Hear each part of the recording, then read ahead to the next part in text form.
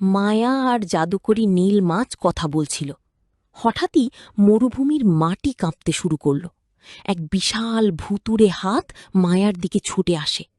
মুহূর্তের মধ্যেই মাছটি সব বুঝে ফেলে, আর হঠাৎই পঙ্খিরাজ ঘোড়ার রূপ নিয়ে মায়াকে নিয়ে আকাশে উড়ে যায়। অন্যদিকে রাজপ্রাসাদে সবাই ভয়ে স্তব্ধ।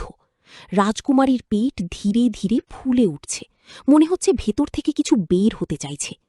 রাজা অসহায়ের মতো তাকিয়ে আছে, কারো মুখে কোনো কথা নেই। এদিকে মায়া উঠতে উঠতে অনেক দূরে চলে আসে। ক্লান্ত হয়ে তার চোখ বন্ধ হয়ে আসে।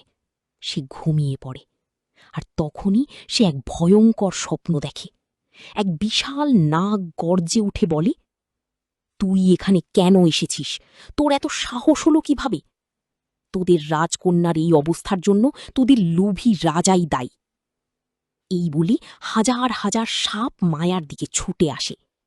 মায়া চিৎকার করে ওঠে আর হঠাৎ ঘুম ভেঙে যায়। তারপর তারা এক ঘন জঙ্গলে নেমে যায় কিছুক্ষণ বিশ্রাম নেওয়ার জন্য। কিন্তু হঠাৎ একটা তীর এসে সরাসরি মায়ার বুকে লাগে। মায়ার সাথে সাথেই অজ্ঞান হয়ে যায়। চোখ খুলে মায়া দেখে সে জঙ্গলের গভীরে একা পড়ে আছে। চারপাশে অন্ধকার, আর সামনে এক বিশাল সিংহ তার দিকে এগিয়ে আসছে। মায়া নড়তেও পারছে না।